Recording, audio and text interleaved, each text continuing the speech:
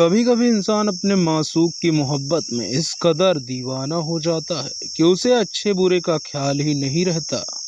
वह हरदम अपने महबूब की हर बात को पूरा करने के लिए तैयार रहता है, या यूं कहें कि उस पर इसका जुनून इस तरह सवार हो जाता है कि वह कुछ भी करने को गुरेज नहीं करता है। फिर चाहे बात किसी की जान लेने की हो या देने की हो। ऐसा एक सनसनीखेज मामला कुछ महीने पहले मध्य प्रदेश के ग्वालियर जिले से सामने आया था, जिसके खुलासे में आम लोगों के साथ साथ पुलिस की भी हैरान कर दिया। आज की क्राइम कहानी में उसी खौफनाक वारदात की बारे में बात करने वाले हैं। पूरा मामला क्यों और किसकी हुई थी हत्या, आइए जानते हैं इस वीडियो में सब कुछ। नमस्कार दोस्तों, क्राइम कहानी चैनल में आप सभी का स्वागत है। कहानी में आगे बढ़ने से पहले कृपया क्राइम कहानी चैनल को सब्सक्राइब कर लीजिए, बेल आइकन को दबा लीजिए ताकि हमारे हर वीडियोस का नोटिफिकेशन आपको मिलता रहे। दोस्तों, सब्सक्राइब करना मत भूलिएगा, क्योंकि आपके एक सब्सक्राइब से हमें मोटिवेशन मिलता है। चलिए आज की कहानी शुरू करते हैं। इकलौती बिटिया होने की वजह से मालती चौहान अपने माँ बाप की लाडली थी। उसके पापा के पास इतना कुछ था कि जब वो चाहा उसे मिला। पापा बाल मुकुंद चौहान और मम्मी उसकी हर इच्छा को पूरा करने के लिए हमेशा तैयार रहते थे। माँ बाप के प्यार की वजह से बालिग होते होते मालती चौहान काफी जिद्दी हो गई थी। वैसे उसे ज्यादा जिद करने की जरूरत नहीं पड़ती थी। वह जो भी कह देती मम्मी पापा और भाई आंख मूंद कर पूरी कर देते थे। मूल रूप से मध्य प्रदेश में ग्वालियर जिले के भितरवार तहसील के मोहनगढ़ गांव के रहने वाले बाल मुकुंद चौहान और भूपेंद्र जाट आमने सामने रहते थे। इस वजह से उनका न सिर्फ एक दूसरे के परिवार से घरोवा था, बल्कि पड़ोस में रहने की वजह से दोनों परिवारों का एक दूसरे के घर आना जाना भी था। मालती चौहान और भूपेंद्र जाट का बेटा पवन जाट साथ में खेलकर बड़े हुए थे। मालती चौहान खूबसूरत थी तो पवन जाट भी कम आकर्षक नहीं था।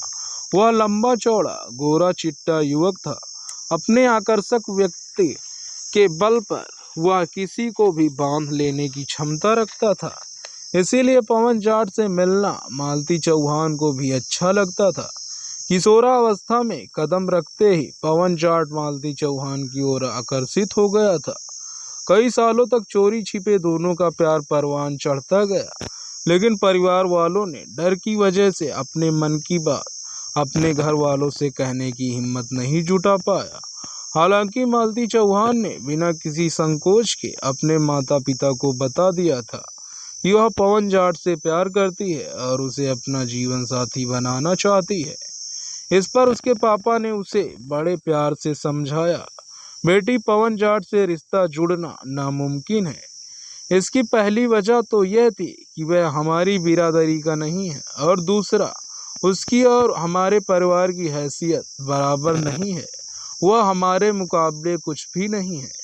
पापा की बात यह सुनकर मालती चौहान के पैरों तले जमीन खिसक गई। मालती चौहान के मम्मी पापा कहते थे कि उसकी बेटी जिद्दी स्वभाव की है। उसकी इस आदत को देखते हुए मम्मी पापा ने उसके घर से निकलने पर सख्त पाबंदी लगा दी।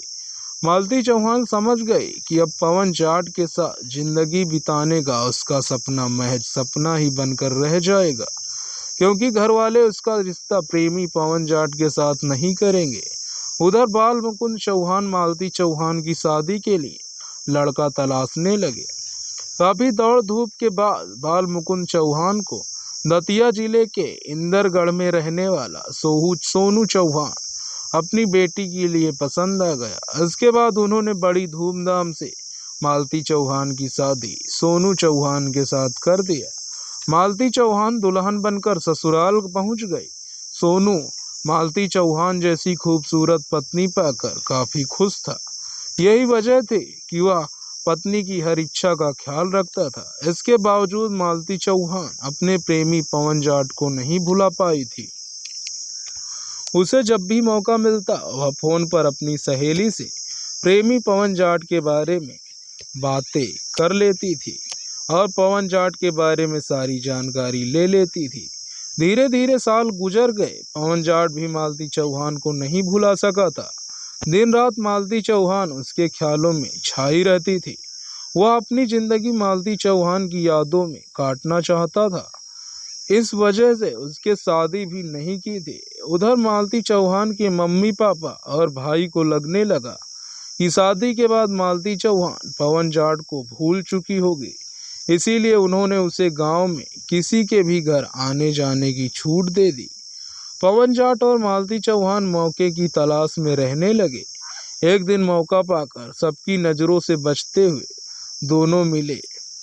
इधर मुलाकात से मालती चौहान ने बताया कि वह अपनी शादी से जरा भी खुश नहीं है और पवन जाट चौंका। उसने सपने में भी नहीं सोचा था कि मालती चौहान अब भी उसे अपने दिल में बसाए हुए होगी। उसे लगता था कि मालती चौहान उसे भूलकर अपने पति के प्रेम में रम गई होगी। पवन जाट ने मालती चौहान से पूछा, क्या तुम अब भी मेरे साथ जिंदगी गुजारने को तैयार हो? मालती चौहान ने जवाब दिया, हाँ, मैं तुम्हारे लिए अपना बसा बसाया घर छोड़ने को तैयार हूँ। मायके से मालती चौहान ने भागना उचित नहीं समझा, क्योंकि इससे उसके मायके वालों की बदनामी होती। फिर योजना के अनुसार दोनों ने एक दूसरे के नए मोबाइल नंबर ले लिए। मालती चौहान ने पवन जाट का मोबाइल नंबर सहेली के नाम से सेव कर लिया। 3 दिन बाद मालती चौहान का पति सोनू उसे लेने अपनी ससुराल मोहनगढ़ आया, तो वह बेमन से ससुराल चली गई। ससुराल में किसी को भी उसके शादी से पूर्व के प्रेम प्रसंग के बारे में जानकारी नहीं थी। इसीलिए उसे देर रात मोबाइल पर बतियाते दे किसी को उसे संदेह नहीं हुआ। ससुराल वाले यही समझते रहे कि वह अपने माँ बाप की लाडली बेटी है, उन्हीं से बातें कर रही होगी। इत्तेफाक से एक दिन मालती चौहान के पति सोनू की देर रात अचानक नींद टूट गई। तब उसने उसे किसी पुरुष से खिलखिलाकर हंसते हुए वीडियो कॉलिंग पर बात करते हुए देखा। इससे सोनू को मालती चौहान पर शक हो गया। उसे कतई उम्मीद नहीं थी कि शादी के बाद भी पत्नी का किसी अन्य पुरुष से चक्कर चल रहा होगा। काफी प्रयत्न करने पर सोनू को पता चला कि मालती चौहान का प्रेम प्रसंग मोहनगढ़ गांव के पवन जाट से चल रहा है। इस जानकारी से सोनू को गहरा झटका लगा। अब इसे लेकर आए दिन पति पत्नी के बीच झगड़ा होने लगा। धीरे धीरे उसके रिश्तों में दरार आती चली गई। यह दरार इतनी बढ़ी कि सोनू ने अपने ससुर को फोन कर उससे साफ कह दिया कि अब वह मालती चौहान को पत्नी के तौर पर अपने घर पर नहीं रख सकता। आप इंदरगढ़ आकर मालती चौहान को हमेशा के लिए ले जाइए, घर ले जाने के लिए मिन्नते को। लेकिन सोनू अपने निर्णय से टस से मस नहीं हुआ और उसने मालती चौहान को विधिवत तलाक दे दिया। सोनू के इस कदम से मालती चौहान और बाल मुकुंद चौहान की बड़ी बदनामी हुई। समूचे मोहनगढ़ में मालती चौहान को उसके पति द्वारा तलाक दिए जाने की बात चर्चा का विषय बन गई। लोग चकराए के लिए आपस में तरह तरह की बातें करने लगे थे। बिरादरी में भी थू थू हो रही थी, जिससे मालती चौहान के मम्मी पापा से लेकर भाई तक का घर से निकलना मुश्किल हो गया था। इस समस्या से छुटकारा पाने के लिए आखिर में ना चाहते हुए भी घर वालों ने मालती चौहान के लिए लड़के की तलाश शुरू कर दी। मालती चौहान के पापा और भाई ने काफी मशक्कत के बाद मालती चौहान के लिए ग्वालियर में अपनी ही जाति का एक युवक तलाश कर सामाजिक रीति रिवाज से 8 दिसंबर 2022 को उसकी दूसरी शादी कर दी। दूसरी शादी के बाद मालती चौहान ने अपने प्रेमी पवन जाट से दूरियां बनानी शुरू कर दी। अब जब भी पवन जाट उसे फोन करता तो वह कोई न कोई बहाना बनाकर उसका फोन काट देती थी। शादी के कुछ दिनों बाद मालती चौहान पहली बार अपने मायके आई तो पवन जाट ने उसे फोन कर एकांत में बैठकर बात करने के लिए बुलाया, मगर मालती चौहान ने उससे कहा कि अब वह अपने पति की वफादार बनकर रहना चाहती है। उसने पवन जाट से 2 टूक शब्दों यह कह दिए कि अब वह उसकी वैवाहिक जिंदगी से दखल देने की कोशिश न करे। वह भी उसे भूलकर अपना विवाह कर ले। पवन जाट को अपनी प्रेमिका की यह नसीहत उचित नहीं लगी। पवन जाट ने मालती चौहान के फोन पर मैसेज भेजकर धमकी दी कि तेरा पति अपने घर वालों के साथ तुझे शादी के बाद पहली बार लेने आ रहा है। अगर तू आज दोपहर में मुझसे मिलने मेरे किराए की दुकान पर नहीं आई तो मैं तेरे सभी न्यूड फोटो इंटरनेट पर डालने के साथ तेरे नए नवेले पति के मोबाइल पर भी सारी फोटो भेज दूंगा। पवन जाट की इस धमकी से मालती चौहान काफी तनाव में आ गई। मजबूरी में मालती चौहान ने पवन से बात मान ली। 24 दिसंबर 2022 की दोपहर जब मालती चौहान के घर वाले मालती चौहान को विदा कराने के लिए मोहनगढ़ आ रहे ससुराल वालों की आवाभगत की तैयारी में जुटे हुए थे, तभी दबे पांव मालती चौहान पवन जाट की जिद पर उसकी दुकान पर पहुंच गई। मालती चौहान को सामने पाकर पवन जाट मुस्कुराया, उसकी आंखों में चमक उभर आई। पवन जाट ने पहले की तरह जैसे मालती चौहान की कमर में बांह डालकर उसे अपने आहोश में लेने का प्रयास कर मन मर्जी करने का जतन किया। तभी मालती चौहान ने उसे अपने से अलग करते हुए कहा कि अब वह किसी और की विवाहिता है। मालती चौहान ने उससे कहा, पवन जाट अब तुम मेरा पीछा छोड़ दो। वैसे भी तुम्हारे इसके चक्कर में पड़कर मेरी और मेरे परिवार वालों की पहले ही काफी बदनामी हो चुकी है। अब मैं तुमसे किसी तरह का संपर्क रखकर अपनी जिंदगी नरक नहीं बनाना चाहती। मुझे नहीं मालूम था कि तुम इतने घटिया इंसान निकलोगे, वरना तुमसे इश्क करके भूल हरगिज नहीं करती। मालती चौहान के मुंह से खरी खोटी सुनकर पवन जाट की सहन शक्ति जवाब दे गई। वह अपना आपा खो बैठा और यह कहते हुए, चल तेरे घर वालों को तुझे तेरे पति के पग के फेरे की रस्म के बाद विदा करे। मैं तुझे आज ही इस दुनिया से हमेशा के लिए विदा कर देता हूँ। कमर में खोसा देसी तमंचा निकाल लिया और प्रेमिका मालती चौहान के सिर से सटाकर गोली मार दिया। गोली लगते ही मालती चौहान तख्त पर गिर गई और उसने मौके पर ही दम तोड़ दिया। प्रेमिका की हत्या के बाद पवन जाट ने भी यह कहते हुए उसी कट्टे से खुद को गोली मार लिया कि जब जाने मन तू ही नहीं रही दुनिया तो मैं तेरे बिना जीकर क्या करूंगा। 2 बार गोली चलने की आवाज सुनकर मालती चौहान का भाई हरिओम चौहान किसी अनहोनी की आशंका में दौड़कर पवन जाट के किराए की दुकान पर जा पहुंचा। वहां पहुंचकर देखा तो अपनी शादीशुदा बहन को खून से लथपथ तख्त पर पड़ा पाया। हरिओम ने बहन को झकझोर कर उठाना चाहा, लेकिन उसके शरीर में कोई हरकत नहीं हुई। उसने उसकी छाती पर हाथ रखा तो पता चला कि धड़कनें बंद हैं। उसकी नाक के सामने हाथ से ले जाकर देखा, उसकी सांस भी नहीं चल रही थी। अपनी लाडली बहन की मौत से हरिओम चौहान की चीख निकल पड़ी।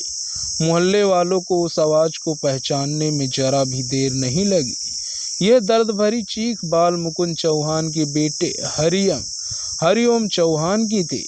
वह चीख चीख कर कह रहा था कि बड़ी बेरहमी से पवन जाट ने मेरी बहन की हत्या कर दी है। मालती चौहान, तुझे क्या हो गया था जो तू अपनी विदाई से पहले पवन जाट की दुकान पर चली आई थी। इसके बाद पड़ोसियों से लेकर सारे रिश्तेदार भूपेंद्र जाट के घर के बाहर जमा हो गए। पड़ोसियों में से ही किसी ने भीतरवार थाने को मालती चौहान मर्डर केस की खबर दे दी थी। खबर पाकर एसएचओ प्रशांत शर्मा से लेकर एडिशनल एसपी देहात जयराज कुबेर, एसटीपीओ अभिनय वारंगी घटनास्थल पर पहुंच गए थे। 22 वर्षीय मालती चौहान का खून से सना शव भूपेंद्र जाट के मकान में बनी दुकान में पड़ा हुआ था। उसके पास में ही उसके प्रेमी 27 वर्षीय पवन जाट भी खून से लथपथ अचेत अवस्था में पड़ा हुआ था। दोनों के ही शरीर पर काफी नजदीक से गोली मारे जाने के निशान थे। युवती के लाश के पास ही एक देसी कट्टा पड़ा था। इससे यह अंदाजा लगाया गया था कि पहले युवक ने अपनी प्रेमिका के सिर में गोली मारी और फिर खुद आत्महत्या करने के इरादे से गोली मार लिया। तलाशी में दोनों के पास से कोई सुसाइड नोट तो नहीं मिला। लेकिन पवन जाट के परस से मालती चौहान और पवन जाट का संयुक्त फोटो मिलने से यह साफ हो गया कि मामला प्रेम प्रसंग का है। इसीलिए एक संभावना ऑनर किलिंग की भी बनती है नजर आने लगी। लेकिन किसी भी परिणाम पर पहुंचने से पहले पुलिस के लिए इस हत्या से पहले की तहकीकात जानना जरूरी था, क्योंकि मामला हत्या और आत्महत्या के अलावा ऑनर किलिंग का भी हो सकता था। इसीलिए पूरी एहतियात बरतते हुए एडिशनल एसपी देहात जयराज कुबेर के निर्देश पर फॉरेंसिक एक्सपर्ट भी मौके पर पहुंचे और उन्होंने घटना स्थल का सूक्ष्मता से निरीक्षण करते हुए सुराग तलाशने की कोशिश की। इसके बाद मालती चौहान का शव पोस्टमार्टम के लिए और अचेत अवस्था में लहूलुहान हालत में पड़े मिले। पवन जाट को प्राथमिक उपचार के लिए भीतरवार के शासकीय स्वास्थ्य केंद्र भेज दिया, लेकिन हालत में सुधार होता न देख डॉक्टरों ने बिना देरी किए उसे ग्वालियर के लिए रेफर कर दिया। इलाज के दौरान एक दिन बाद ही पवन जाट ने भी दम तोड़ दिया। अस्पताल से एसएचओ को इस बारे में सूचना दे दी गई। इस सूचना के मिलते ही एसएचओ प्रशांत शर्मा और एसडीपीओ अस्पताल पहुंच गए। जरूरी कार्रवाई के बाद पवन जाट के शव को पोस्टमार्टम के लिए भेज दिया गया। पवन जाट की मौत के बाद मोहनगढ़ में तनाव फैल गया। तनाव को देखते हुए ग्वालियर से पवन जाट का शव मोहनगढ़ आने से पहले ही भीतरवार तहसील के एसडीपीओ अभिनय वारंगे ने मृतक युवक और युवती के घर के बाहर भारी संख्या में पुलिस बल तैनात कर दिया था। एसडीपीओ ने गम के बिलखने हुए मालती चौहान के माता पिता और भाई को ढांढस बंधाते हुए कहा, मैं जानता हूं कि इस समय आप लोग बहुत परेशान हैं, लेकिन यह सब कैसे हुआ यह जानने के लिए मुझे आप लोगों से पूछताछ तो करना ही पड़ेगा। आप लोग इसी तरह रोते रहेंगे तो मैं और एसएचओ अपना काम कैसे करेंगे। आप लोग रोना धोना बंद कीजिए और हम लोग जो पूछें उसका जवाब दीजिए। इस पर भी मालती चौहान के घर वालों का रोना बंद नहीं हुआ तो एसडीपीओ ने नाराज होकर कहा, ठीक है, आप लोग जी भर कर रो ले, उसके बाद मेरे ऑफिस में बयान देने आ जाना।